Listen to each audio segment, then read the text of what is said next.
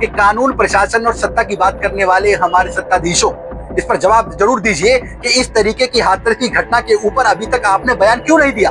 आपको बयान देकर सामने आना चाहिए था, आपको एक एग्जाम्पल सेट करना चाहिए था कि हमारे जो सत्ताधीश हैं, जिनके हाथ में हमने देश की और राज्य की भागडोर दे रखी है, यहाँ के मुखिया हैं, एक बड़े पद पर बैठे हुए व्यक्ति हैं।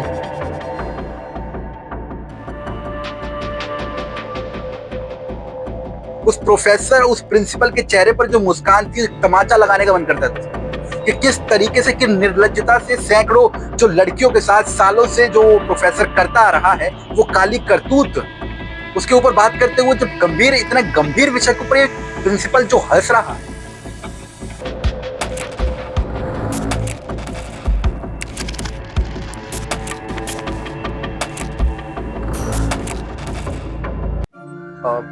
साथियों, पता है इस देश की सबसे बड़ी गड़बड़ी क्या है?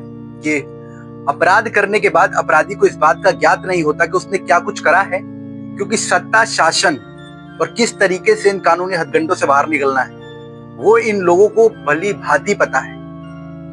परसों से एक हेडलाइन देख रहे हैं आप लोग, हाथरस में किस तरीके से पिछले 20 साल से वहां की पढ़ने वाली छात्राओं के साथ वहां का प्रोफेसर दरिंदगी कर रहा था। इस दरिंदगी की वीडियो वायरल है। उसकी हिम्मत ये देखिए कि तमाम लड़कियों के साथ अश्लील हरकतें, उनका शारीरिक और मानसिक शोषण करने के बाद उनकी वीडियोस को पोर्न साइट्स पर अपलोड किस बहादुरी से किया गया, तारीफ काबिल है।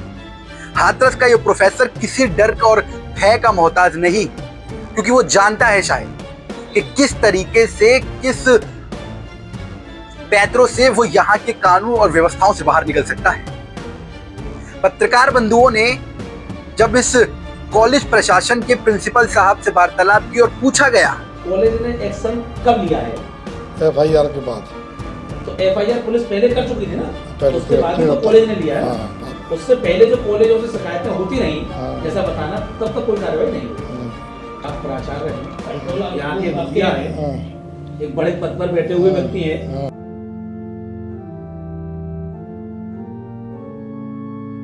अगर आप इस जवाब को देंगे तो क्या स्थिति रहेगी? नहीं तो जवाब, फिर तो यहाँ से सब असुरक्षित ही असुरक्षित आपसे होते हुए सुरक्षित आपके पास कोई जवाब ही नहीं किसी चीज। कि क्या FIR दर्ज होने के बाद जो आपने प्रोफेसर साहब को निलंबित किया, क्या पहले आपको एक भी शिकायत नहीं मिली थी? और मिली थी तो इनको निलंबन उस वक्त क्यों नहीं किया गया? तो बेशर्म प्रिंसिपल के चेहरे पर जो मुस्कान है, वो इस बात को कहीं ना कहीं जरूर साबित कर रही है कि इस तालाब की अकेली मछली वो प्रोफेसर नहीं, ये तमाम सत्ता में बैठे हुए लोग, तमाम वहां पर डिपार्टमेंट में बैठे हुए लोग और भी कई लोग इस गंदे और घिनौने खेल में शामिल हैं।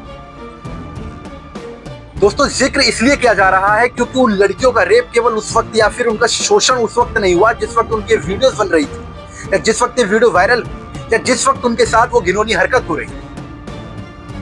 ये वीडियो वायरल होने से पहले और उसके बाद भी उन लड़कियों ने जो मानसिक शोषण झेला, पढ़ते वक्त 2 या 3 साल के दौरान जब वो उस कॉलेज के अंदर रही हूँ, और इस प्रोफेसर ने ना जाने कितनी बार एक ही लड़की को कितनी बार अपनी हवस का शिकार बनाया होगा।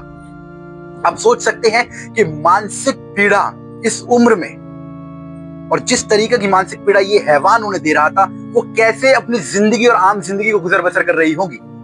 बहुत हिम्मत की बात माननी पड़ेगी जिन महिलाओं ने, जिन लड़कियों ने एक गुमनाम नाम लिखकर, यानी किसी का नाम ना लिखकर ये शिकायत दर्ज कराई गई उस प्रोफेसर के खिलाफ के हैवान 20 साल से न जाने सैकड़ों लड़कियों के साथ इसी तरीके की दरिंदगी करता है, अपने ऑफिस में बुलाकर उनके साथ शारीरिक अश्लीलता करता है और उसके वीडियोस बनाता है, वीडियोस पोर्न साइट्स पर अपलोड करता है। तो शर्मनाक तो इसलिए है कि प्रशासन को सब कुछ नजर आ रहा है, अदालत को भी सब कुछ नजर आए, लेकिन ये घटना भी कोलकाता की घटना जैसी हो जाएगी।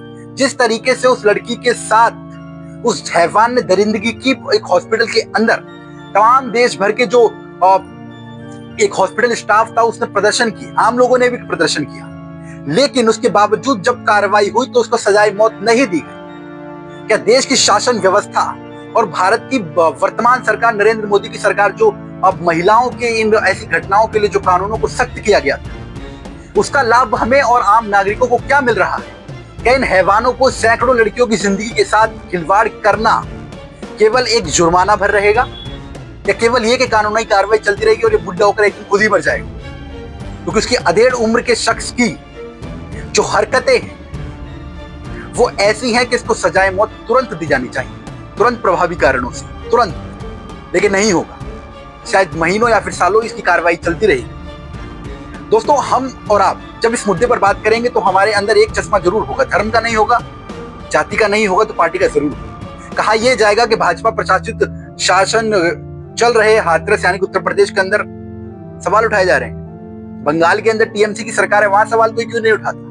हिमाचल के अंदर कांग्रेस की सरकार है, वहां सवाल कोई नहीं उठाता। लेकिन इस बात पर गौर नहीं किया जाएगा कि जब सवाल उठाया जा रहा है तो सवाल उस बेटी के लिए उठाया जा रहा है, किसी पार्टी विशेष के लिए नहीं उठाया जा रहा।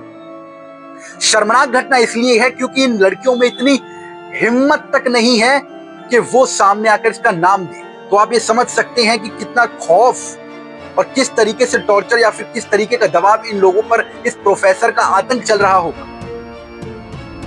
दोस्तों, ये घटना बहुत शर्मसार कर देने वाली है और सब कुछ अगर देखने के बाद, सब कुछ पता लगने के बाद भी अगर इस पर कठोर कार्रवाई नहीं होती, कठोर कार्रवाई सिर्फ और सिर्फ ये कि सजाए मौत, अगर ये नहीं होती, एक आम कार्रवाई की तरह इसका केस कोई पेंडिंग कर दिया जाएगा, केस लड़ते रहिए, चलता रहे, तो आपको क्या लगता है जो इंसान सैकड़ों लड़कियों के साथ सालों तक इस तरीके का व्यवहार करे, उनका शोषण करे, बलात्कार करे, क्या इस जैसे सैकड़ों नहीं खड़े होंगे? जिन पर सत्ता है, पावर है, पैसा, वो क्या करेंगे? उन्हें पता है कि उन्हें किस तरीके से कानून और शासन व्यवस्था से आराम से निकलना है। पहली बात तो पकड़े नहीं जाते, जब पकड़े भी जाते हैं तो उन्हें सब पता है कि किस तरीके से दांव पेच लगाकर कहां से कैसे निकल जाएंगे, कोई क्या कर लेगा। दोस्तों, इस विचारधारा को, इस जो मेंटलिटी इन लोगों की, इसको बदलने के लिए थोड़ा सा कानून सख्त होना चाहिए। क्यों हम सड़कों पर उतरकर 2 दिन में इन घटनाओं को भूल जाते हैं? हम क्यों ना हम नरेंद्र मोदी को टैग करें, क्यों ना हम नरेंद्र मोदी को बोले, क्यों हम टैग नहीं करते? सोशल मीडिया की पावर क्या सिर्फ ये फालतू के इन्फ्लुएंसर्स और लड़ाई झगड़े को शो करने के लिए या फिर अभद्रता फैलाने के लिए? सोशल मीडिया की पावर का एक सही सदुपयोग भी हो सकता है। वो सदुपयोग इस तरीके से हो सकता है कि इन लोगों को सजाए मौत तक पहुंचाना हम सबका कर्तव्य होना चाहिए। जब पत्रकार बंधुओं ने उस डिग्री कॉलेज के प्रिंसिपल से बातचीत की और उनसे पूछा गया तो उसके चेहरे पर ये जो मुस्कान है मुझे आज भी चुभ रही है। जब से मैं इस खबर को बढ़ाने के लिए बैठा था और जब से मैंने सोचा कि इस मुद्दे पर बात करना बहुत जरूरी है, उस प्रोफेसर, उस प्रिंसिपल के चेहरे पर जो मुस्कान थी, तमाचा लगाने का मन करता है दोस्तों, कि किस तरीके से, किस निर्लज्जता से सैकड़ों जो लड़कियों के साथ सालों से जो प्रोफेसर करता आ रहा है, वो काली करतूत, उसके ऊपर बात करते हुए जो इतने गंभीर विषय के ऊपर ये प्रिंसिपल जो हंस रहा है। दोस्तों, इस पूरे मामले की एक गहन जांच होनी चाहिए। उत्तर प्रदेश के योगी आदित्यनाथ का शासन और प्रशासन अगर सख्ती के लिए माना जाता है, अगर माफियाओं की गाड़ियां पलटी जा सकती हैं, तो क्या इन जैसे हैवानों के लिए भी योगी सरकार कोई सख्त कदम उठाएगी? क्या इनको भी लेकर कोई एग्जाम्पल सेट किया जाएगा? क्या एक ऐसा एग्जाम्पल जो तो देश भर में जाकर सबके लिए बने कि अगर इस तरीके की घटनाएं की जाती हैं या फिर इस तरीके की घटनाएं होती हैं तो किस तरीके की साजू और कानूनी प्रक्रिया और कानूनी सजा हमें मिल सकती है? सजाए मौत से कुछ कम नहीं होना चाहिए, क्योंकि विषय बहुत गंभीर है, विषय का एग्जाम्पल सेट करने वाला है। क्योंकि तमाम जगहों पर, ये केवल और केवल कॉलेज का प्रोफेसर नहीं, आप तमाम संस्थानों में जाइए, वहां पर सत्ता में बैठे हुए लोग, पावर में बैठे हुए लोग इसी तरीके से वहां की लड़कियों का शोषण करते आए हैं और करते रहते हैं। लेकिन इन घटनाओं पर रोक कब लगेगी? जब इस प्रोफेसर के खिलाफ, जो आज सबके सामने जग जाहिर हुआ है, उन लड़कियों के लिए सैल्यूट है जो निकलकर सामने आई हैं, जिन्होंने आवाज उठाई है। ऐसे प्रोफेसर को सजाए मौत देकर ही इनके दूसरे लोगों के लिए एग्जाम्पल सेट किया जा सकता है दोस्तों, और ये बहुत जरूरी है।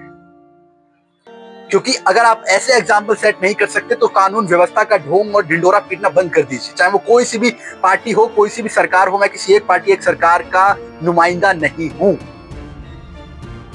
ये चिंतन का विषय है दोस्तों। हो सके तो इस वीडियो को शेयर कीजिए, नहीं कर सकते तो कम से कम अपने एक टैग जरूर कीजिएगा प्रधानमंत्री मोदी और योगी आदित्यनाथ को कि कानून, प्रशासन और सत्ता की बात करने वाले हमारे सत्ताधीशों, इस पर जवाब जरूर दीजिए कि इस तरीके की हाथरस की घटना के ऊपर अभी तक आपने बयान क्यों नहीं दिया? आपको बयान देकर सामने आना चाहिए था, आपको एक एग्जाम्पल सेट करना चाहिए था कि हमारे जो सत्ताधीश हैं, जिनके हाथ में हमने देश की और राज्य की बागडोर दे रखी है, वो बहन बेटियों के मुद्दे के लिए बहुत सजग है। ये एग्जाम्पल सेट करना होगा आप लोगों को। और अगर आप ये एग्जाम्पल सेट नहीं कर सकते तो बटेंगे तो कटेंगे। 15 मिनट ये फलाने ढिमके जितने भी वादे और ये जो सब चलता है, सब ये सब बोलना छोड़ दीजिए, क्योंकि जिन लोगों के साथ गलत हुआ उसमें हर जाति, धर्म और समुदाय की लड़कियां रही होंगी दोस्तों। तो इस सब से उठकर गैर राजनीतिक तरीके से इस मुद्दे की गहन जांच हो और आरोपी को सब कुछ पता होने के बावजूद, वीडियोस वायरल होने के बावजूद सिर्फ और सिर्फ फांसी की सजा, इससे ना कम ना कुछ ज्यादा, सिर्फ फांसी की सजा। क्योंकि कलकत्ता में इतने बड़े आंदोलन और प्रदर्शनों के बाद भी जब उसको छोटी मोटी सजाएं देकर, सजाए मौत ना देकर छोड़ दिया गया, तो इस प्रशासन से और इन कानूनों से विश्वास उठता हुआ नजर आता है। जो लड़कियां उस कॉलेज में पढ़ी होंगी, उस डिग्री कॉलेजेस में 2 साल 3 साल, उसने कितनी बार एक ही लड़की को अपने कमरों में बुलाया हो, किस तरीके की हरकतें की होंगी, चाहे वो नंबरों के नाम पर या कुछ भी कह लीजिए। अब साफ सीधी बात है कि पावर में बैठा हुआ इंसान किसी भी तरीके से इनके साथ गलत करता नजर आता है। और ये यहीं की घटना नहीं है, तमाम संस्थानों की घटनाएं। लेकिन जो घटनाएं निकलकर सामने आ रही हैं, कम से कम उनके ऊपर कार्रवाई होनी चाहिए। अब देखते हैं उत्तर प्रदेश की योगी सरकार किस तरीके की कार्रवाई इन लोगों पर करती है, और साथ ही साथ कितनी गहन जांच होती है और कितने और इस जो तालाब, गंदे तालाब के मगरमच्छें निकलकर सामने आती है। ये बड़ा विषय है।